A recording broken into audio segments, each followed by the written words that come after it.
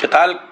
¿Qué tal? ¿Qué tal? Buenas tardes. A ver, vamos a probar el audio. Vamos a ver si me escuchan los que se están incorporando, los que se están conectando. Si me dicen que no se escucha, pues entonces cambiamos el audio y quitamos el micrófono. Estoy probando un micrófono. Mi querido Antonio Sotelo, bienvenido. Buenas tardes. Buenas tardes. Díganme si se escucha. ¿Se me escuchan? Buenas tardes, Antonio. ¿Me escuchas? Tenax, buenas tardes, mi amigo Tenax, bienvenido, y Antonio Sotelo también, bienvenidos. ¿Me escuchan? A ver, sí se escucha bien. Bueno, gracias, Antonio, gracias, perfecto. Es que una vez tenía yo el micrófono y no funcionaba este micrófono, fíjense. Así que lo vamos a dejar aquí, lo vamos a dejar y vamos a continuar y vamos a darle la bienvenida de una vez. Ya son 6:30. Hoy es miércoles 6 de agosto del 2025 y bienvenidos a esta transmisión en vivo de su canal. Estamos estrenando micrófono, su canal de Somos la 4T Noticias. Bienvenidos todos los que se están conectando, con mi querida y dulce esposa, que también ya está probando y ya se conectó, Teresa Rojas. Vamos a irlo saludando a todos ustedes, a José Miranda, por supuesto, que se acaba de conectar, mi querido amigo José Miranda desde Estados Unidos. También saludamos al Cato y obviamente ya habíamos saludado y ahora agradecemos mucho a mi querido Tenax Vite por ese corazonzote. Gracias por eso, mi querido amigo. Vamos a ver si se me pasó saludar a alguien entre que estaba yo con el micrófono. Creo que no se me olvidó nadie de los que se han estado conectando. Parece que no, nada más están por aquí. Antonio Sotelo ya lo saludamos porque él fue el primero que se conectó a esta transmisión en vivo. Rompiste récord, mi querido Antonio. Y José Miranda ya se conectó. Entonces ya están todos los que saludé. Me parece que no me ha faltado nadie. El Cato fue el penúltimo. Y José Miranda, gracias a los que me están apoyando, dándole like, dándole tap en la pantalla, como por ejemplo Tenax Vite, por ejemplo mi esposa, por ejemplo José Miranda, como por ejemplo Antonio Sotelo. Saludos a todos ustedes, gracias, bienvenidos a esta transmisión en vivo. Nos da mucho gusto recibirlos y vamos a ir saludando a los que después de ustedes y a partir de que ustedes lo están haciendo se vayan conectando, si les parece, a esta transmisión en vivo. Los próximos minutos vamos a ir saludándolos antes de presentar lo que van a ser los temas del día de hoy. Y bueno, pues nos da mucho gusto nuevamente darles la bienvenida de cualquier lugar que se estén conectando, que estén acompañándonos de cualquier rincón de la República Mexicana, de cualquier lugar fuera de México, de Estados Unidos, particularmente, que luego siempre tenemos muchos amigos como Antonio y como José, que siempre nos visitan de allá. Marco también, que por ahí seguramente estará llegando desde San Diego. Saludamos a Cora, bienvenida también. Abdera El Awari o El Wari, ok, el nombre. Saludos, bienvenido, gracias por estar aquí, por conectarte, y a todos los que siguen, por ejemplo, Ari Bombom, dice, se ha unido y lleva tiempo sin enviar, no sé, pero pues gracias Ari, pues gracias por conectarte, te invito a que te quedes, igual a todos los demás los invito a que se queden en esta transmisión en vivo, porque vamos a estar platicando algunos temas importantes, unos temas interesantes, de análisis de la realidad que está ocurriendo y de algunas cosas históricas. El día de hoy vamos a hacer algún análisis histórico de ciertos eventos interesantes, uno a nivel local, a nivel de México, y otro a nivel internacional. Así que bueno, pues vamos a platicar con ustedes de estos temas. Saludamos a Olga María, por supuesto, bienvenida, Olga María Aguilar. También saludamos a Pollito y a Mario, buenas tardes, les damos la más cordial bienvenida. A Hermelinda, también les saludamos con mucho gusto, bienvenida Hermelinda. Mía, también saludos, gracias por estar aquí. Bueno, pues prefiero parecerme a AMLO que a Calderón, mi querido Mario. Me da mucho orgullo parecerme a AMLO. Gracias por el piropo, te lo agradezco mucho. Es un honor estar con Obrador, es un honor estar con Claudia. Bueno, nosotros estamos orgullosos, no sé tú. Mirza del Carmen, saludos. Josefe Hernández también, saludamos a arroba, saludos, bienvenido también. A Marlene Lima, miren, a lo mejor es una prima porque tengo parientes Lima en Veracruz. Marlene Lima, saludos, bienvenida. A Sergio PB también saludamos. A Sergio Jue, dice, lleva tiempo sin conectarte, mi querido Sergio G. ¿Dónde has estado? Qué bueno que tenerte por aquí, nos da mucho gusto. Ok, ahí hay trabajo para mi querido Tenax Vite, el gran moderador de esta transmisión en vivo. Por supuesto, mientras yo sigo saludando a todos, por ejemplo a Amalia, hoy me metió un paquetín ahí de algo.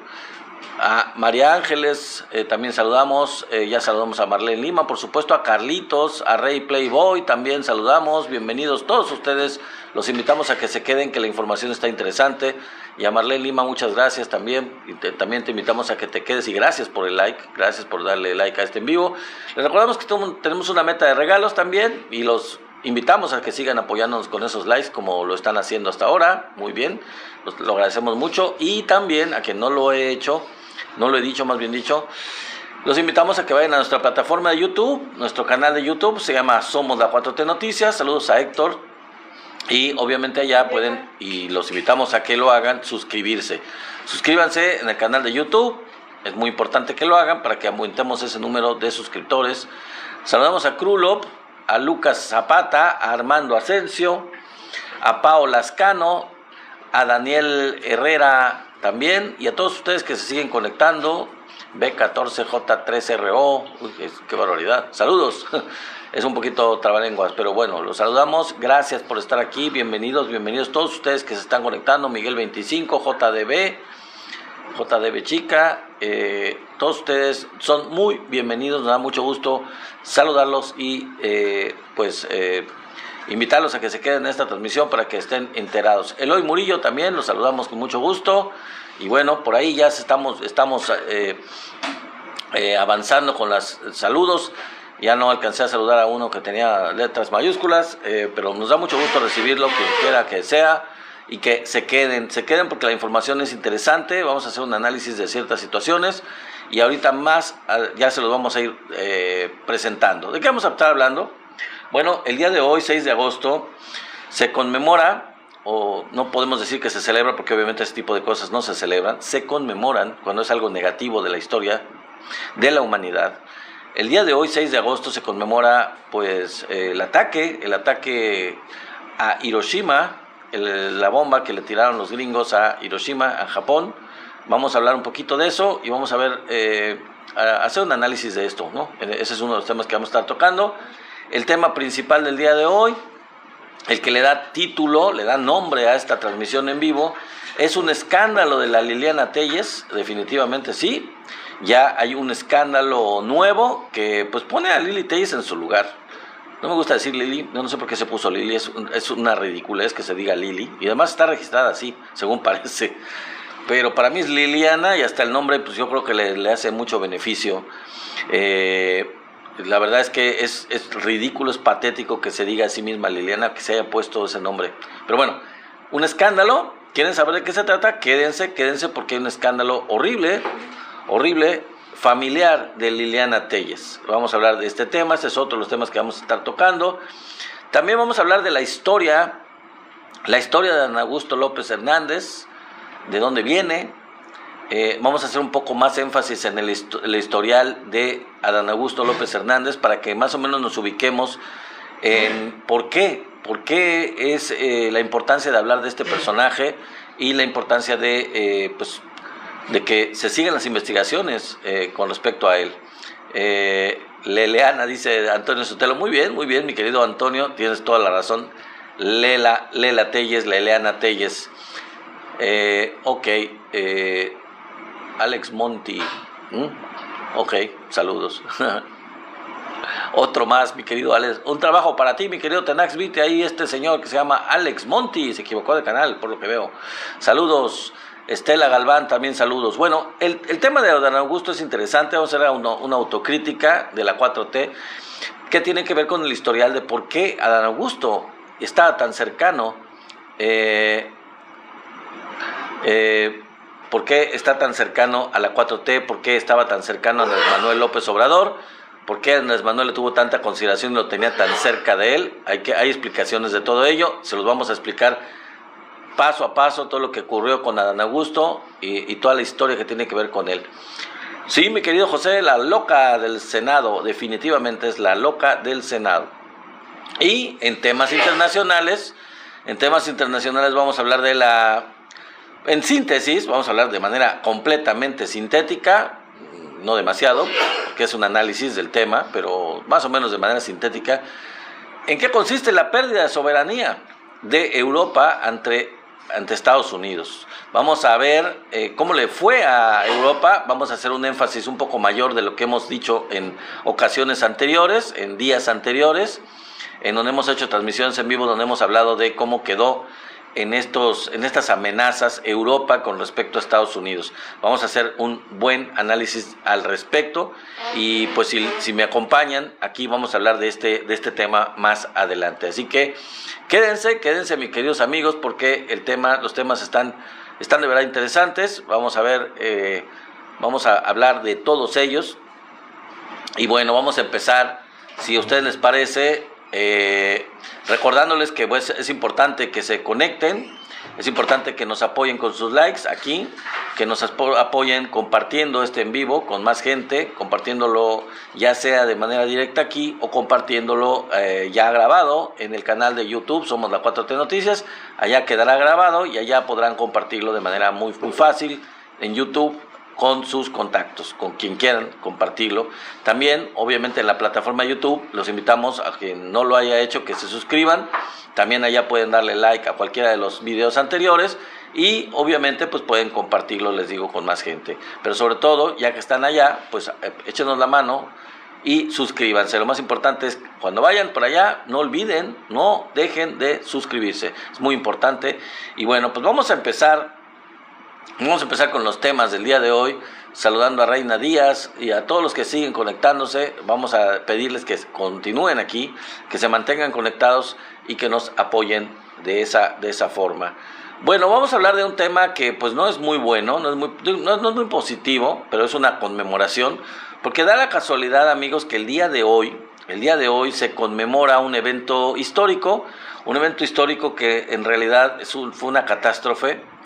Fue un crimen de lesa humanidad, fue un crimen aberrante, un ataque desproporcionado totalmente.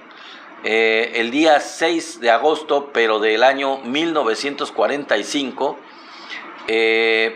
Estados Unidos hizo desaparecer toda una ciudad, la ciudad de Hiroshima, en Japón, y con ella, pues a todos los habitantes de esta ciudad. Prácticamente desapareció de la faz de la tierra esta ciudad de Hiroshima en 1945, les digo, el 6 de agosto. Por eso es la trascendencia de hablar de este tema este día precisamente, por esa conmemoración, una cuestión luctuosa, una cuestión realmente muy cruel, de un crimen de lesa humanidad que cometió Estados Unidos.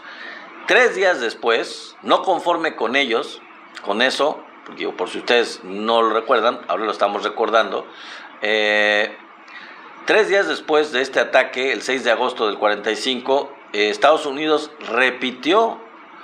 hizo lo mismo con la ciudad japonesa de Nagasaki, causando la muerte de unas 200,000 personas, y obviamente posterior a eso, pues hubo muchas gentes que murieron por heridas de la radiación. Por consecuencias de la radiación fueron muriendo a lo largo de mucho tiempo gente que quedó afectada por todo el efecto de la bomba atómica, que no murieron en el momento, pero que murieron posteriormente. Esa cifra pues no está muy clara, no está muy determinada, pero de manera totalmente irracional, innecesaria, Estados Unidos detonó 2 bombas atómicas en Japón, en 2 ciudades diferentes, para poder hacer que Japón se rindiera en la Segunda Guerra Mundial. Estados Unidos pudo haber no utilizado estas armas, pudo haber hecho una invasión como lo hicieron en Alemania, primero los rusos y después Estados Unidos, pero pues quiso evitarse la fatiga y no tuvo la menor humanidad, la más mínima pizca de humanidad, y prefirió acabar con ambas ciudades de una manera completamente total, aniquilar las ciudades con todo lo que tenían, y pues de manera impune, independientemente de poder esperar a la rendición de Japón después de la primera bomba. En lugar de esperar a que Japón se rindiera, que seguramente Japón se iba a rendir, No, decidió de manera impune, totalmente criminal, detonar otra segunda bomba nuclear en Japón. Digo, para que quedara más clara la supremacía y obligaran de una manera contundente a Japón a rendirse ante Estados Unidos en la Segunda Guerra. Hay que aclarar, y hay que, digo, por si no lo saben, yo creo que todos lo sabemos, pero es que es importante repetirlo, es importante recordarlo. Esa fue la única vez, hasta ahorita, ha sido la única vez en la historia de la humanidad en que se han detonado armas nucleares sobre civiles en ciudades. Obviamente los países que tienen armas nucleares, como Rusia, como la India, como Inglaterra, como Francia, o sea, y otros más, Pakistán, etcétera, poseen armas nucleares, Israel también, por cierto, pero esas armas nucleares no las han tirado, no las han lanzado, no las han detonado sobre población civil. Han hecho pruebas en zonas deshabitadas, en algunos casos en el desierto, en el caso de Estados Unidos, en el desierto de Nuevo México, en el caso de otros países en el mar, pues digo, valiéndoles completamente queso, no importándoles la biodiversidad del mar con estas explosiones nucleares, no importándoles la vida acuática, no importándoles nada, pero bueno, no contra civiles. Insisto y repito, la única vez en la historia de la humanidad en que se detonaron armas nucleares sobre ciudades, sobre civiles, fue esas dos detonaciones de Estados Unidos sobre Japón, primero en Hiroshima y 3 días después sobre Nagasaki. Bueno, las bombas norteamericanas asesinaron evidentemente a mujeres, niños y hombres inocentes. Obviamente ni toda Hiroshima ni todo Nagasaki eran ciudades llenas de soldados, llenas de marinos y sin población civil, estamos de acuerdo. Eran ciudades completamente normales. Me parece que una de ellas, creo que Nagasaki, o no me acuerdo si Hiroshima, era una ciudad industrial muy importante, pero pues en esos ataques, sobre todo y principalmente, asesinaron a mujeres, niños y hombres inocentes, no a soldados, de manera total y absolutamente impune, porque a partir de que hicieron eso los Estados Unidos, nadie nunca fue condenado por semejante barbarie, ni quienes tiraron la bomba personalmente en los aviones, los pilotos, ni quienes les dieron las órdenes, ni el gobierno de Estados Unidos como gobierno. No hubo un juicio, no hubo alguna condena internacional, no se les condenó por crímenes de lesa humanidad, como de hecho sí se condenó a los alemanes del gobierno nazi, del gobierno de Hitler, que hicieron el genocidio, que llevaron a cabo el genocidio de judíos en los campos de concentración. Muchos de ellos recibieron una condena, en muchos casos fue la condena de muerte, y en otros pues cadenas perpetuas, o en fin, dependiendo de su participación. Bueno, pero no salieron impunes. Bueno, algunos se escaparon, estamos de acuerdo, o fueron protegidos por Estados Unidos, por cierto, pero Estados Unidos quedó completamente impune. No hubo juicio en lo absoluto de la comunidad internacional, de las Naciones Unidas, que recién se formaron después de la Segunda Guerra, o de la Sociedad de Naciones, que estaba desde la final de la Primera Guerra Mundial. Nunca hubo una condena contra Estados Unidos, contra sus autoridades, contra su presidente, contra sus generales. Nunca nadie pagó por esos crímenes. Y se trata de cientos y cientos de miles de personas asesinadas y de 2 ciudades destruidas completamente. Bueno, 80 años después, hago todo este paréntesis histórico y esta conmemoración porque 80 años después la atrocidad se repite, se está repitiendo. Estados Unidos, a través de Israel, vuelve a borrar del mapa un territorio y también a sus habitantes. Pero esta vez no hicieron falta, no están haciendo falta el uso de bombas nucleares. No se está haciendo con bombas nucleares, con la amplia variedad de lucrativas herramientas que existen en las armas actualmente, para matar que existen actualmente, las armas que existen actualmente, pues con ellas es suficiente, con ellas pues no es tan necesario detonar armas nucleares como se hizo en 1945. Nada más para que se den una idea, les voy a decir lo siguiente. La bomba de Hiroshima equivalió a unas 15,000 toneladas de TNT, unas 15,000 toneladas de dinamita, ¿ok? Bueno, en Gaza, en la franja de Gaza, se han lanzado el equivalente a 70,000 toneladas de explosivos. 70,000 toneladas. Esto significa, si Pitágoras no era tonto, que Gaza equivale al menos a 4 Hiroshimas y medio. O sea, lo que se ha tirado de bombas en la franja de Gaza, en Palestina, equivale a 4,5 veces lo que se tiró en Hiroshima con la bomba nuclear que se tiró por parte de Estados Unidos en Hiroshima. Así de aberrante, así de criminal, así de masivo es lo que está ocurriendo en Gaza, y eso hay que dejarlo muy claro.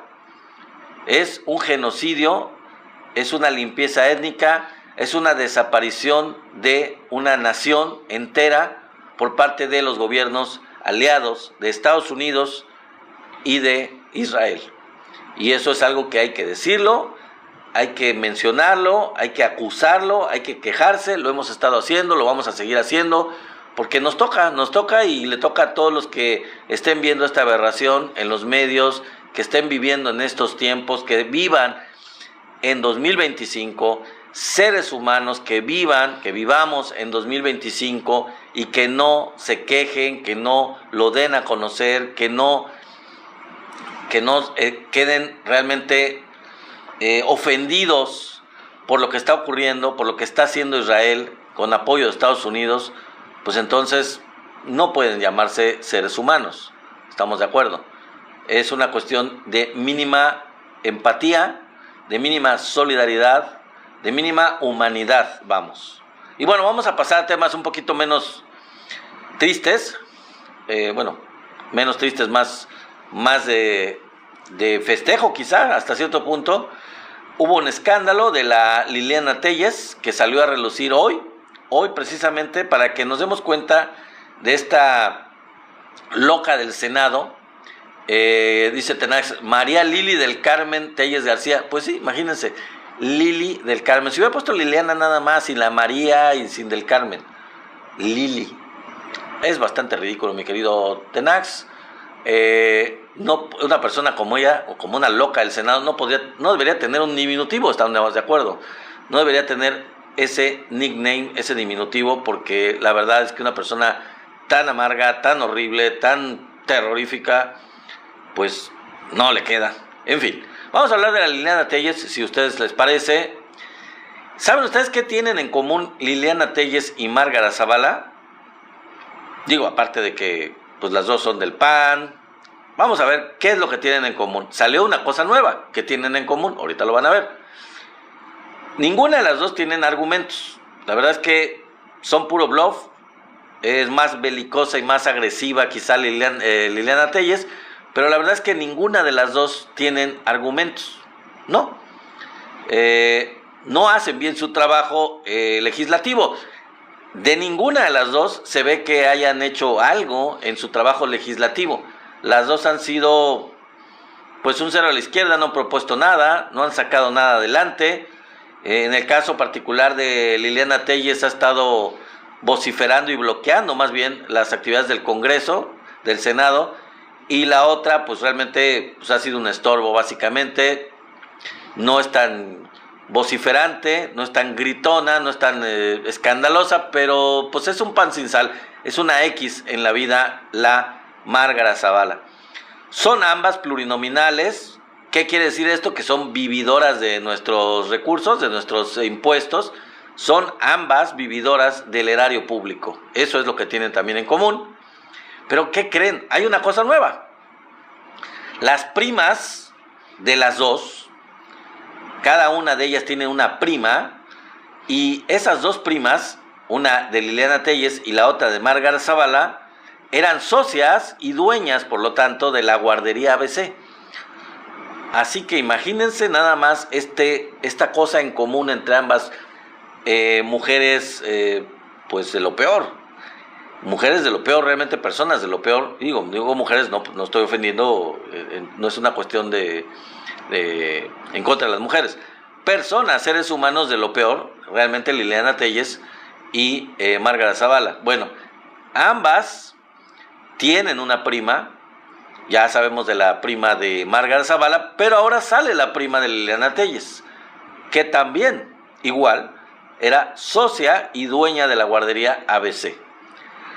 Fíjense que se llama Sandra Lucía Telles Nieves, es dueña, socia de la guardería ABC, o era, pues porque ya no existe la guardería, y sí, efectivamente, es pariente, es prima de Liliana Telles, de Lili Telles, o como quieran llamarle. Son primas hermanas, al igual que la Márgara con la otra socia de la guardería ABC. En un artículo, Patti Duarte Franco escribió lo siguiente: me enteré directamente por la senadora panista, está hablando de Liliana Telles, en un encuentro que ella solicitó con nosotros cuando llegó al Senado por Morena. Fíjense desde cuándo esta persona, Patti Duarte Franco, se enteró y sabía de esto. Claro, no tenía manera de comprobarlo, no tenía pruebas de esto, pero dice que se lo reconoció la Liliana Telles desde el momento en que solicitó llegar al Senado por Morena. Pues ahorita está saliendo a relucir, pero no es lo único, no es la única fuente. Ahorita van a ver otra. Los padres de los 49 bebés fallecidos y los sobrevivientes del incendio de la guardería ABC en el año 2009 informaron este domingo pasado de la presunta detención, ¿sí? La presunta detención en Estados Unidos de Sandra Telles, socia o dueña de la estancia infantil de la guardería ABC, y por lo tanto estos padres y estos sobrevivientes del incendio exigieron su extradición inmediata a México. Así que ya la agarraron en Estados Unidos, como tenía ya la orden de captura internacional, la ficha roja de la Interpol desde hace ya tiene años. Bueno, pues ya la capturaron en Estados Unidos con la ficha roja, y ahora están pidiendo los afectados, los dolientes de esta guardería ABC, que pues la extraditen a México para que cumpla una condena, que cumpla la pena por este crimen, que también es un crimen aberrante, es un crimen de lesa humanidad, responsabilidad civil, responsabilidad penal de la guardería ABC. Esto es el tema con la Liliana Telles. Pues ellas, Dios las crea, o quién sabe quién las creó, a lo mejor el de allá abajo, y ellas se juntan y son pues de la misma calaña, son del mismo tipo de persona, ¿no? Definitivamente. Y bueno, pues vamos a pasar al siguiente tema, si les parece, amigos, que es el tema histórico de Adán Augusto López Hernández. ¿Ok? Ahí les va. Fíjense, Adán Augusto, es que hay que destacar, es muy importante, para que todavía hay algunos dentro de la cuarta transformación, dentro de Morena mismo, que como que se les olvida, o como que quizá pues no lo tienen muy presente, no saben esta historia, y es importante recordarla para saber quién es Adán Augusto López Hernández, de dónde viene Adán Augusto y qué representa y qué ha representado. ¿Ok? Entonces ahí les va la historia. Él nunca estuvo junto a AMLO, históricamente, ni siquiera en el 94. En el 94, si ustedes recuerdan, fue cuando ocurrió el fraude de Roberto Madrazo. Roberto Madrazo hizo un fraude para llegar a la gubernatura de Tabasco en el 94, en donde estaba compitiendo contra Andrés Manuel López Obrador para llegar a la gubernatura del estado, y fue un completo y total fraude el de Roberto Madrazo, y en ese tiempo, pues, Adán Augusto, dice Mike, sí, no es primo, mi querido Mike, no. Quédate a escuchar la historia y voy a decir por qué Andrés Manuel le decía mi hermano. No es primo. Eso es una confusión que voy a aclarar, si les parece voy a aclararlo. Entonces, Adán Augusto ni siquiera estuvo en el 94 cuando ocurrió el fraude de Roberto Madrazo, ¿ok? Tampoco estuvo junto a Cuauhtémoc en el 88, aunque hay quienes dicen que sí estuvo coqueteando con Cuauhtémoc Cárdenas, con la candidatura de Cuauhtémoc Cárdenas, con su candidatura, pero luego, inmediatamente después, regresó al PRI. O sea, realmente fue un coqueteo momentáneo, temporal, pero ni siquiera se mantuvo en el movimiento del Frente Democrático Nacional. De ahí siguió en el PRI, ¿ok? Bueno, estamos hablando del 88, estamos hablando del 94, miren de cuándo estamos hablando. Bueno, en el año 2000, o sea, ya 6 años después, fue el coordinador, nada más y nada menos, fue el coordinador de la campaña de Manuel Andrade, el candidato del PRI al gobierno de Tabasco. O sea, Manuel Andrade era el candidato de Roberto Madrazo para sucederlo, después de haber habido un fraude en el que Roberto Madrazo, ahorita lo vamos a mencionar, se impuso en el 94 de manera violenta.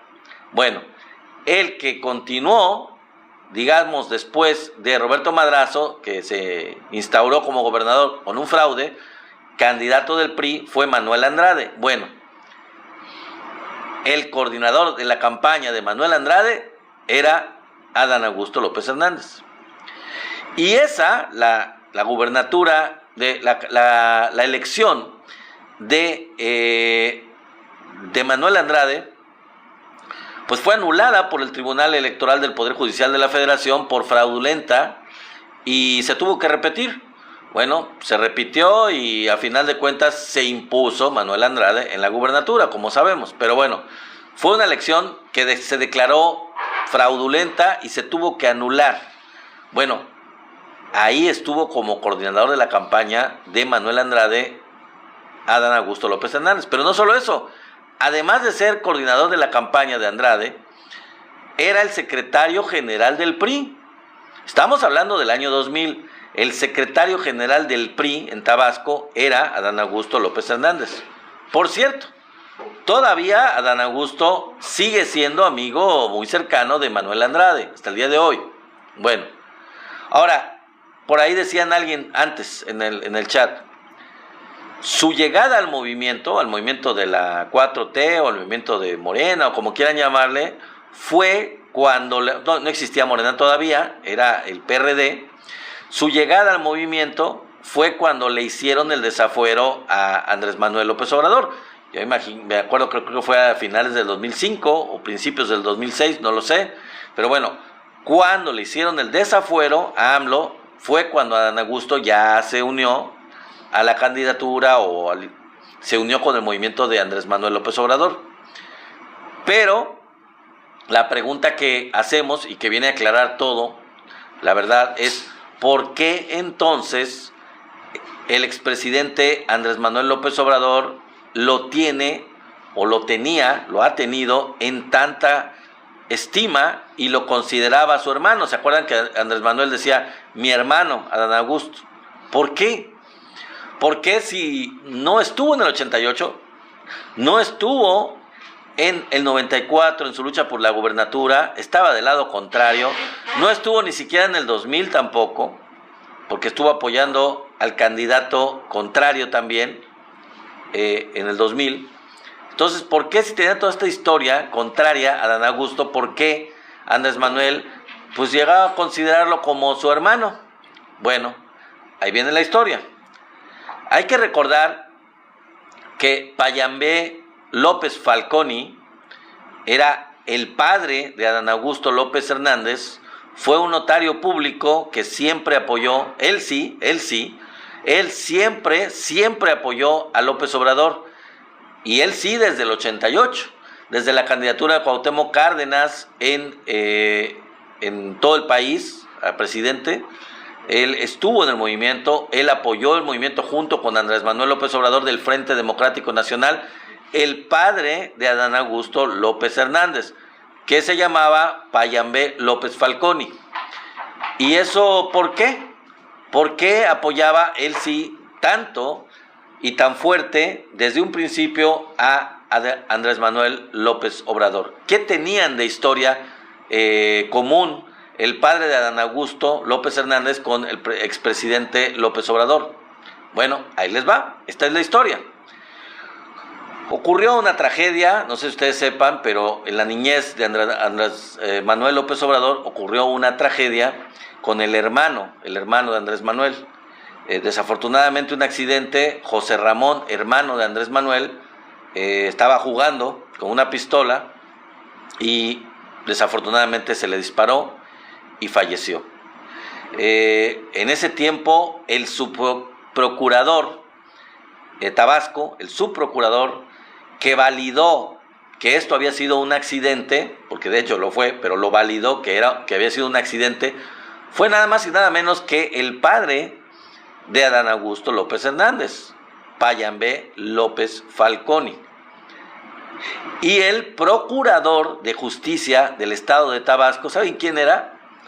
Pues nada más y nada menos que el abuelo del gobernador sustituto de Adán Augusto, este capitán Merino, el que quedó en lugar cuando salió para ser secretario de Gobernación, Adán Augusto, ¿se acuerdan? El que quedó como gobernador interino de Tabasco, el capitán Merino, bueno, era nieto del procurador en ese entonces cuando pasó esto del hermano de Andrés Manuel López Obrador. Ahora Merino, como ustedes saben, es el director, ya lo había dicho en ocasiones anteriores, es el director de Aeropuertos y Servicios Auxiliares. Esto viene, obviamente, amigos, desde 1969. Esto ocurrió en 1969. Yo tenía 4 años, Adán Augusto tenía 6 años y Andrés Manuel tenía 13 años en ese tiempo. Obviamente se conocieron las familias de López Falconi, el padre de Adán Augusto, y la familia, por lo tanto, de Andrés Manuel López Obrador. Se llegaron a conocer. El subprocurador en ese tiempo, pues apoyó a la familia de Andrés Manuel en este trance tan triste, tan terrible, tan dramático, la verdad, una historia muy, muy fea. Y de las hermanas de Adán Augusto, una de ellas siguió con el PRI. Creo que ella nunca salió del PRI, yo creo que ahí sigue, no sé, realmente. Mientras que la otra hermana de Adán Augusto, Rosalinda López Hernández, sí se fue con AMLO desde el principio. Ella sí, al igual que su padre, desde el principio estuvo con el presidente López Obrador, desde su candidatura, o al menos desde su candidatura en Tabasco del 94 y la lucha por la democracia en Tabasco del 95. Por cierto, hay que recordar que en enero del 95 ocurrió el desalojo violento de Plaza de Armas y ahí jugó un papel principal nada más y nada menos que Hernán Bermúdez Requena, el ex secretario de Seguridad de Adán Augusto López Hernández. Así que imagínense nada más a quién puso de secretario de Seguridad, a quien había sido el responsable, el encargado por Roberto Madrazo de hacer el desalojo violento, porque fue muy violento, de Plaza de Armas para imponerse por medio de unas tanquetas, llegar al Palacio de Gobierno de Villahermosa, de Plaza de Armas, y tomar el poder Roberto Madrazo pues, por la fuerza, literalmente. Era Hernán Bermúdez Requena, que en ese tiempo era el jefe de la policía de Roberto Madrazo y era el jefe del penal de Villahermosa, del CRECET, el llamado CRECET, que es la cárcel que está en la ciudad de Villahermosa. Así que ustedes se dirán, bueno, ¿cómo es posible que Andrés Manuel pues haya dejado pasar eso? Pues sí, la verdad es que es un poquito difícil de pensar, de creer, pero no olvidemos que el presidente López Obrador le tenía mucho agradecimiento al padre de Adán Augusto. O sea, realmente aquí lo que indica toda esta situación es que el presidente López Obrador, en agradecimiento al padre de Adán Augusto, pues acercó a Adán Augusto y le creyó, lo llevó con él, lo acercó a él, una vez que él solo, supongo que él solo, se acercó, ya muy tarde, estamos hablando del 2006, ya muy tarde en la historia política de Andrés Manuel López Obrador. Pudo haberlo hecho igual que su hermana, que por cierto ya falleció, Rosalinda, desafortunadamente. Pudo haberlo hecho igual que su hermana en el 94, en la lucha por el gobierno de Tabasco, en el 94-95, que fue muy dura, pero no lo hizo. Siguió con el PRI y pues solamente hasta el 2006 se acercó con Andrés Manuel. Entonces, sí queda la crítica, sí queda la espinita clavada de cómo Andrés Manuel pues lo perdonó, pensó que por tratarse quien se trataba, por agradecimiento y por ser hijo de quien era, de el notario Payambé López Falconi, el cual le tenía tanto agradecimiento a Andrés Manuel, pues en agradecimiento también hizo lo propio. Andrés Manuel lo jaló con él, y también en el caso particular de cuando sale del gobierno de Tabasco, Adán Augusto seguramente puso al capitán Merino en la gubernatura, pues también porque el mismo agradecimiento. No sé nada de la vida política de Merino antes de ser gobernador de Tabasco, la verdad ahí sí no tengo la información, pero evidentemente no fue por su trayectoria, sino que Adán Augusto sabía del agradecimiento que le tenía Andrés Manuel López Obrador al abuelo de el coronel Merino, o el capitán Merino, como sea, de este señor Merino, y bueno, pues por eso quizás lo dejó en la gubernatura, pero pues evidentemente fueron decisiones pues equivocadas de Andrés Manuel. Y esto aclara también el hecho de que Andrés Manuel, a pesar de que le decía hermano, a pesar de que lo jalaba y todo, la verdad, como ustedes se han dado cuenta, nunca puso en primer lugar en la lista de los presidenciables o de los más cercanos a Adán Augusto, por más que él intentó de mil maneras eso. Andrés Manuel, si ustedes recuerdan, desde el primer momento jaló a Claudia y la tuvo como alguien muy cercano. Y en eso no se equivocó. En eso la verdad es que lo reflexionó muy bien, de que evidentemente podía confiar muchísimo más en la presidenta ahora, Claudia Sheinbaum, que en cualquiera otro de los aspirantes a la candidatura de Morena a la presidencia de México, o del movimiento a la presidencia de México. Y pues Adán se quedó ahí, se quedó en cuarto lugar, se quedó abajo y todo. Pues Adán, obviamente hay que aclarar que pues el presidente tiene todo el derecho de... es un ser humano, evidentemente cometió errores durante su gobierno, la presidencia, así como hizo tantos y tantos aciertos y tuvo tantos y tantos éxitos en todo lo que hemos dicho todos los días aquí y en todas las transmisiones, pues algún granito en el arroz se le debió haber ido, y el agradecimiento que le tenía al papá de Adán Augusto y al abuelo de Merino, pues hizo que de alguna forma ellos quedaran en la línea, quedaran dentro del movimiento, quedaran cerca. Me dice Mr. Max, ¿quién sería el gallo para el 2030? Bueno, pues, híjole, es buena pregunta, mi querido Mr. Max. Habrá que ver cómo termina este gobierno de Claudia Sheinbaum y cómo van avanzando los currículums de todos ellos, las acciones, las actividades, todo. Yo creo que el que está mejor posicionado ahorita, a pesar de 2, 3 cosas que la verdad no gustan mucho de repente de él, es Noroña. Es Noroña, aunque ahora con lo de la reforma electoral se va a ver bien quién es Noroña, ¿eh? Ahí tendrá que pensarlo muy bien Noroña para ver qué posición va a tener, si es Noroña es pueblo o Noroña no es pueblo. porque si Noroña es pueblo, como él mismo se dice, pues tendrá que seguir los lineamientos y las demandas del pueblo, si no, pues se va a contradecir. Y si hay una demanda clara del pueblo, muy muy clara, evidente del pueblo, es que esta reforma electoral tiene que llevarse a buen término y tiene que haber una reducción en el número de plurinominales, pero grande, y en los recursos de los partidos políticos. Entonces, ya veremos cómo le va a Noroña. Yo ahorita no vislumbro otro candidato fuerte dentro de los secretarios de Estado de Claudia Sheinbaum, dentro de los gobernadores. Lo que le pasó a Rocío Nale hace poco con lo de esta maestra asesinada, o bueno, que murió de un infarto, dice Rocío Nale, pues deja muy mal a Rocío Nale, definitivamente. Marcelo Ebrard, la verdad, honestamente, si le soy sincero, a mí me parece muy neoliberal, me parece muy fresón, me parece muy fifí. No le veo como dentro del movimiento, no lo veo como un buen personaje que dé continuidad a la 4T. Yo lo veo muy sesgado, muy buena ondita, y eso es buena ondita. Ya ven Chile, ya ven Boric. Yo lo veo como Boric. Yo a este señor lo veo como Boric, a Marcelo Ebrard. No me parece un buen candidato. Y bueno, pues fuera de ellos, les digo, yo creo que Noroña es el que pinta, pero habrá que ver. Bueno, se me está pasando el tiempo por comentar esto, ya vamos a seguirle.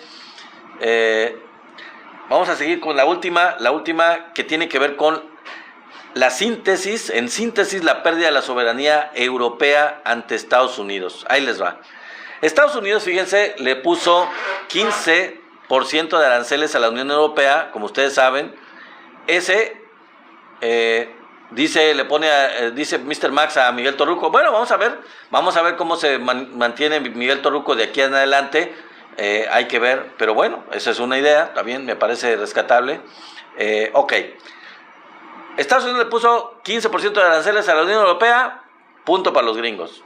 La Unión Europea se comprometió a comprar 750,000 millones de dólares en productos energéticos de Estados Unidos, otro punto para Estados Unidos. La Unión Europea se comprometió a gastar 600,000 millones de dólares en inversión en la economía gringa, tercer punto a favor de los gringos. ¿Cómo quedó la cosa? Gran negocio, ¿no? Pues gran negocio para Estados Unidos, ¿no? Porque para Europa, pues la neta, pues no. Bueno, ya que Estados Unidos explotó el tubo del Nord Stream, sí saben ustedes que el tubo del Nord Stream 2 era el que transportaba el gas natural desde Rusia hasta Europa, y que mantenía básicamente Europa, pues digamos que ligeramente competitivo frente a Estados Unidos. Ya que lo destruyeron los gringos, pues ahora sí, los europeos no tienen opción. Tienen que comprarle energía a Estados Unidos, así, de plano. Tienen que invertir en las empresas gringas y además les va a poner 15% de aranceles, además. Entonces, la verdad, podemos resumir que se hace cada vez más evidente lo que decía Henry Kissinger. ¿Se acuerdan de este personaje político gringo muy, muy importante, que fue, creo que, vicepresidente de Estados Unidos? En varios gobiernos tuvo mucho que ver, fue muy cercano a varios presidentes de Estados Unidos, este señor Henry Kissinger. Bueno, él dijo una frase que es muy contundente y muy importante: lo único más peligroso que ser enemigo de Estados Unidos es ser su aliado. No cabe duda que es una frase que explica muchas cosas, sobre todo con esto de Europa.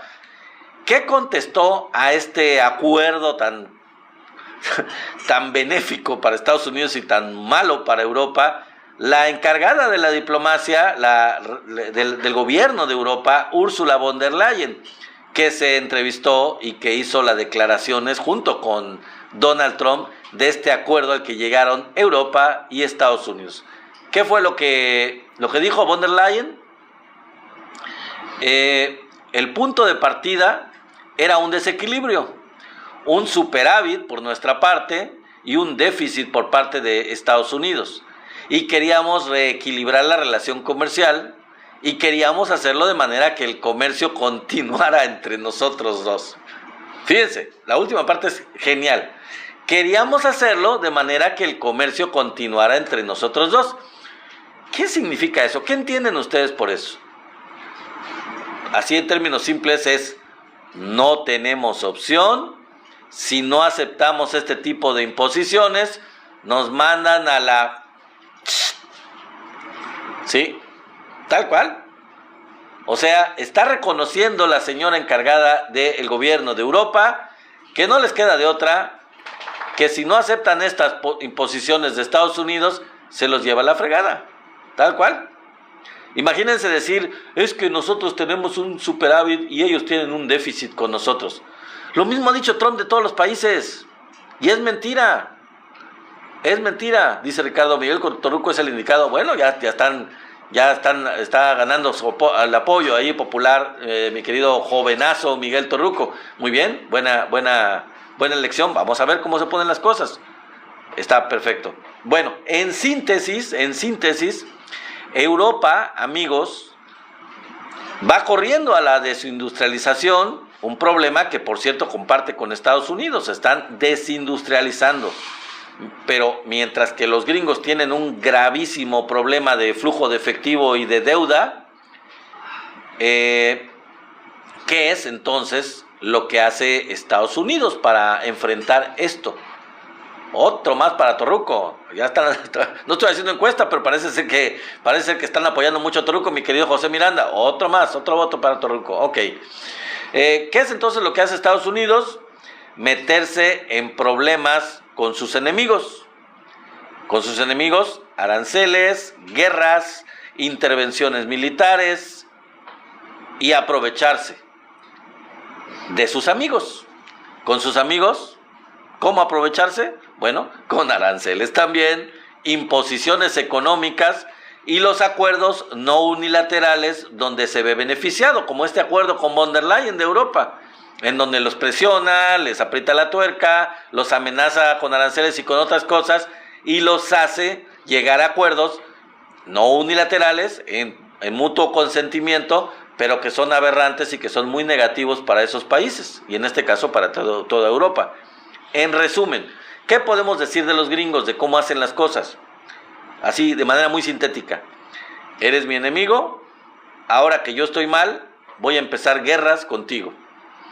Ah, pero si eres mi amigo, agárrate, porque te voy a pedir lana prestada, te voy a poner en una situación horrible y te voy a obligar a hacerme caso y cumplir conmigo. Y entonces ya para terminar, podríamos decir, ¿qué es lo que gana Europa con esto? Pues nada, absolutamente nada. Como dijo Putin, lo que hace es que pierde soberanía.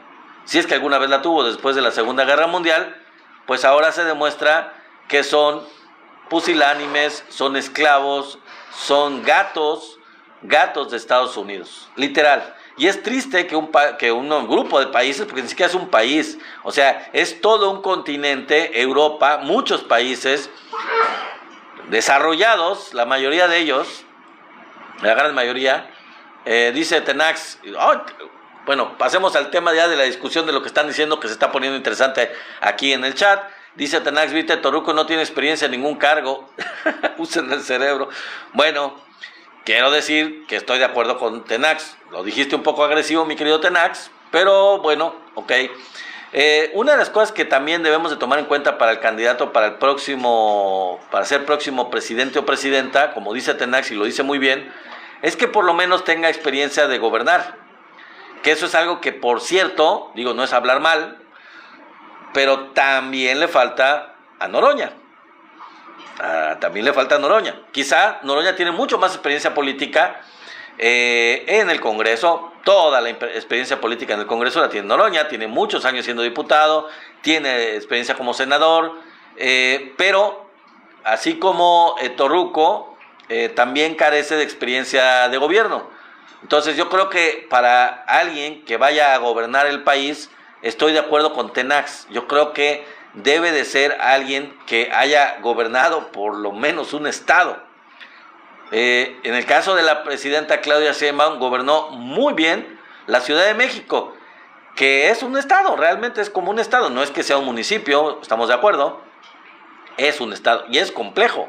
La Ciudad de México es compleja. De hecho, el presidente López Obrador gobernó también la Ciudad de México antes de ser presidente. No estoy diciendo con eso que Clara Brugada sea la candidata natural, no.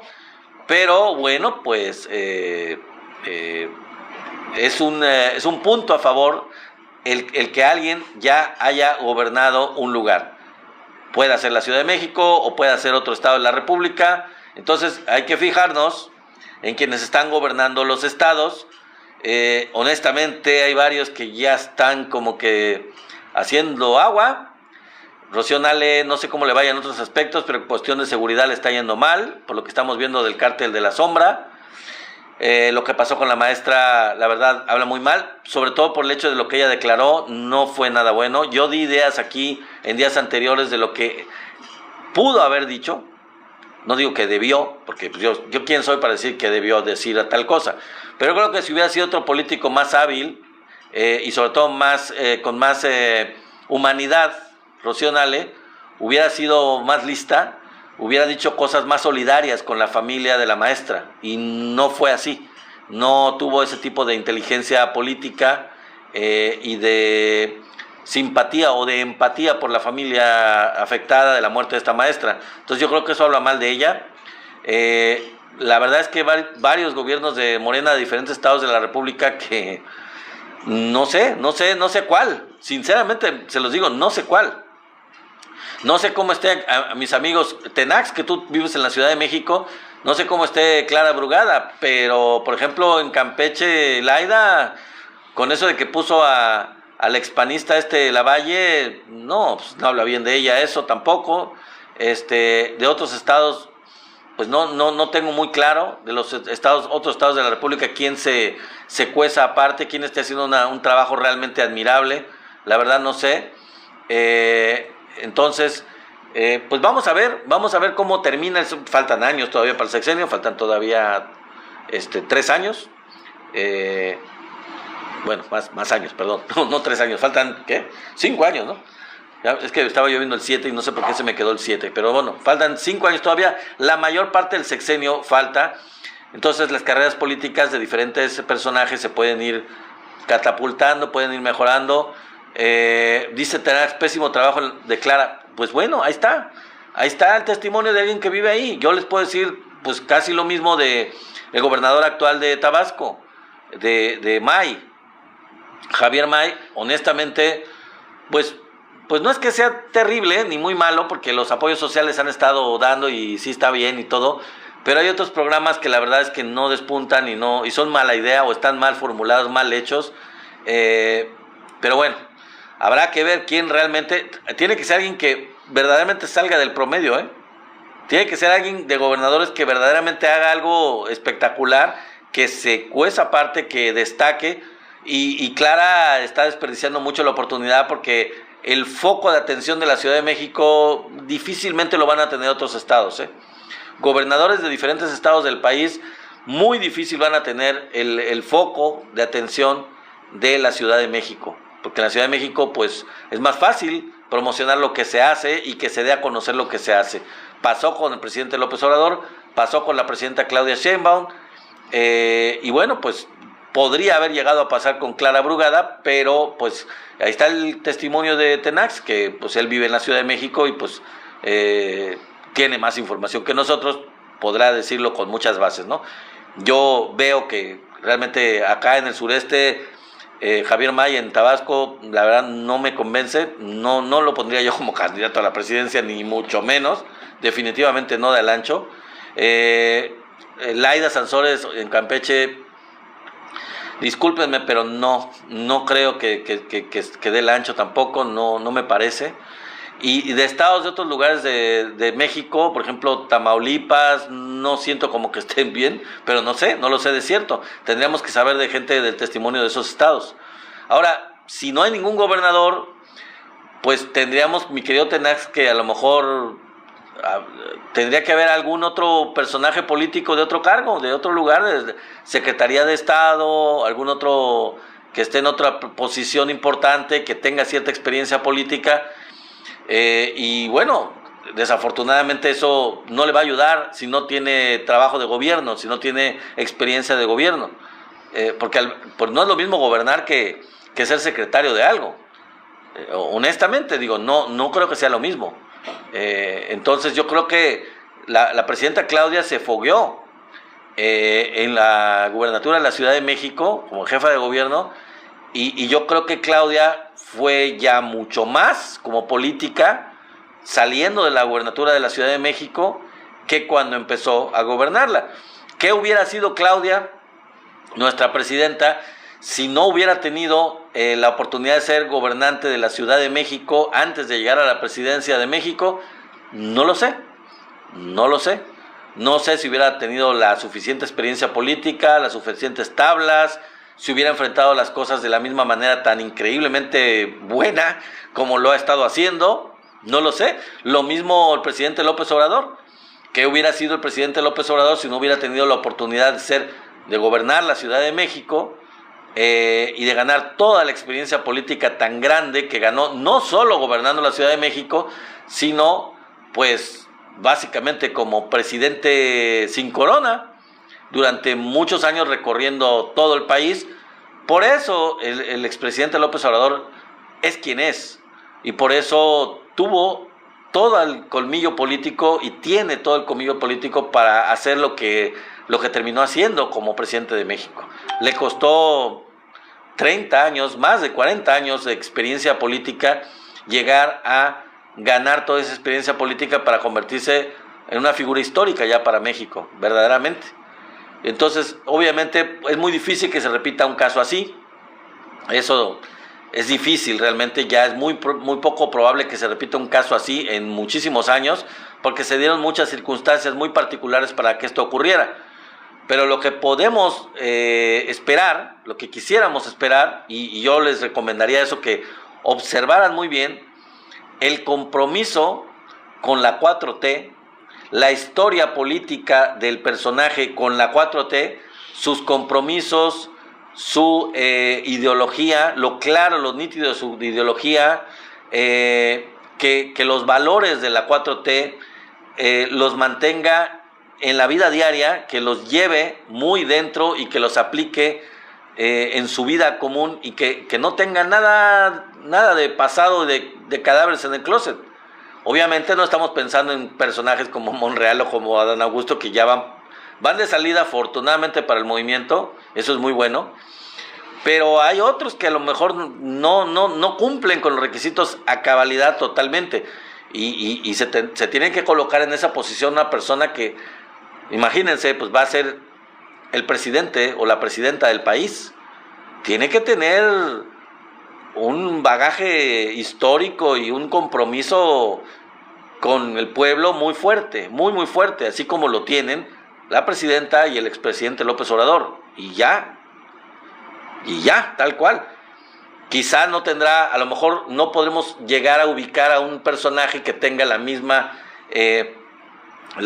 experiencia política o los mismos años de experiencia política, o que ya haya gobernado un estado, porque pues no va a haber uno así, pero por lo menos que cumpla con los criterios de los principios de la 4T.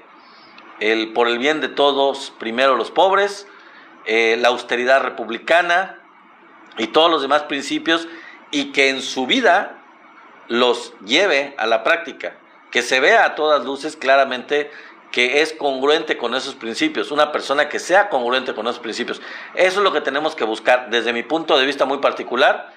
Humildemente yo lo que les diría es eso: hay que buscar a una persona así, que sea congruente con los principios, que no haya nada oculto, que no esté como tipo Boric, fingiendo ser de izquierda, fingiendo ser del movimiento, pero que tenga ideales neoliberales escondidos, que tenga una filosofía de vida medio fifí o medio aspiracionista.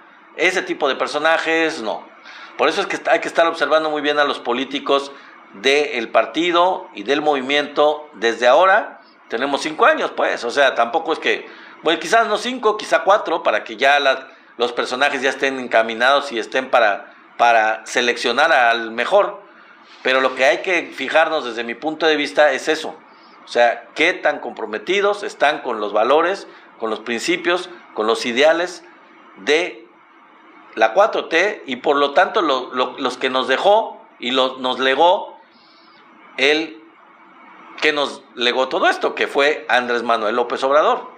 Yo les podría decir, quien esté verdaderamente cercano a los principios, a los ideales, al compromiso, a la forma de vivir y de creer de Andrés Manuel López Obrador, ese será un buen candidato o una buena candidata, o esa persona es la que tendríamos que elegir, más allá de cualquier otra cosa. Idealmente que tenga la experiencia necesaria, no sería alguien que fuera un improvisado, ¿no? Por más, pero sí sería lo más importante que tuviera todo eso, todo ese bagaje, todos esos principios. Yo, desde mi punto de vista, eso sugeriría, eso yo buscaría, eso yo usaría para seleccionarlo. Dice ahorita Harfuch, pues bueno, esa es una idea. Harfuch tiene una posición importante. El problema, mi querido amigo, es que Harfuch no precisamente viene del movimiento. Entonces, no me queda muy claro, yo creo que a la mayor parte de la gente del movimiento no le queda muy claro los principios que tenga Harfuch, porque no es ni siquiera un personaje que provenga del movimiento. Más allá de cualquier otra cosa y otra consideración, Harfuch no tiene nada que ver o no ha tenido nada que ver con el movimiento. De hecho, pues hay cosas que preocupan un poco con Harfuch, de su origen, no nada más de su abuelo y de su padre, de su origen militar, que ahorita puede ser muy bueno para la posición en la que está. Yo sería de la idea de que Harfuch pudiera continuar donde está, seguir haciendo ese trabajo y profundizarlo, ya con unas nuevas fiscalías, ya con una nueva Suprema Corte que ya va a entrar, renovando todas las fiscalías. Yo creo que tiene mucho que hacer y quizá, mi querido amigo Chato, no le den los 6 años a Harfuch para lograr esa pacificación del país, quizá necesite 12 y él está joven. Así que yo creo que Harfuch debería de quedarse en esa área policíaca, en esa área que es su mero mole, lo que le corresponde. Dice Tenax, Harfuch igualmente debut y despedida. Bueno, Tenax es más contundente, es más drástico en su opinión. Dice debut y despedida. Bueno, no sé, yo creo que ya con nuevas fiscalías, ya con la nueva Suprema Corte, vamos a ver en estos 5 años que faltan qué tanto puede hacer Harfuch. Yo creo que ha estado haciendo muchas capturas, ha estado haciendo muchas cosas, pero desafortunadamente no se ha llegado a profundizar y no nos queda claro realmente si es culpa de él o más bien es culpa de la Fiscalía General de la República y es culpa de las fiscalías locales, es culpa de otro tipo de cuestiones, ¿no? Entonces ya con una nueva Suprema Corte que ya esté en funciones y con una renovación de las fiscalías, que yo creo que es lo próximo y que tiene que hacerse ya, lo más rápido posible, ya Harfuch no tendrá pretexto. Entonces, como dice Tenax, bajo la lupa Harfuch, bajo la lupa. Tiene mucha responsabilidad, tiene mucho que dar resultados. Esa es la principal preocupación de los mexicanos, sigue siendo, lo hemos visto en las encuestas. Entonces, pues está bajo la lupa Harfuch, como dice mi querido amigo Tenax. Dice Chato, pues hasta ahorita no veo quién. No, pues sí, hay que profundizar. Te digo, la verdad sí es difícil, amigo, es difícil porque en realidad no hay, por ejemplo, los gobernadores, te digo, yo también estoy de acuerdo, o sea, dice, ubica el tiempo. Sí, hay tiempo todavía, mi querido Chato. Como dice Tenax, hay tiempo, estamos a 5 años, quizá 4, o sea, debe haber alguien que se proponga, que mejore. Van a estar bajo la lupa muchos, va a estar bajo la lupa Noroña, va a estar bajo la lupa los gobernadores de Morena, de todos los estados, van a estar bajo la lupa los secretarios de Estado, de diferentes posiciones, y pues ya veremos quién destaca por una labor realmente que supere las expectativas y que supere y que trascienda a la opinión pública de resultados increíbles, resultados muy buenos en su área de competencia. tratarán de lucirse, y hay que ser muy observador de quién no da el ancho o de quién va en contra en estos 4 años, 5, quién se pone en contra de los principios de la 4T. Ya hay algunos que es muy evidente que ya no deberían estar ahí, ya deberían estar fuera, como por ejemplo Adán Augusto, que ya no sé qué diablos hace ahí, y Monreal, que también igual, o Aces, el gato de Monreal, ya no deberían estar donde están. Pues ellos ya ni candidatos pueden ser, pero pues hay que sacudírselos también y darle entrada a otros que a lo mejor sí pueden estar haciendo puntos, ganando puntos para poder acercarse a esa candidatura. Pero bueno, ya veremos amigos. Bueno, pues esto ha sido la transmisión del día de hoy. Mañana nos vemos ya con el último día de la semana, las transmisiones de en vivos de esta semana. Espero que me apoyen dándome like a este en vivo. Recuerden que este en vivo va a estar se va a pasar ya grabado al canal, como todos los días, al canal de YouTube. Somos la 4T Noticias. Allá espero que nos visiten, y a ti, Chato, que creo, no sé si ya lo hayas hecho, pues que por allá se suscriban, ¿no? Que te suscribas por ahí. Si no lo has hecho, mi querido Chato, ya ve allá al canal de YouTube, somos la 4T Noticias, y suscríbete, por favor, para que tengamos un número mayor de suscriptores. Y bueno, pues ya puedes allá también ver este y otros videos de todos los días anteriores, darles like, compartirlos con mucho mayor comodidad. Dice La Loquera, concuerdo con todo lo que dijiste. Ok, pues muchas gracias.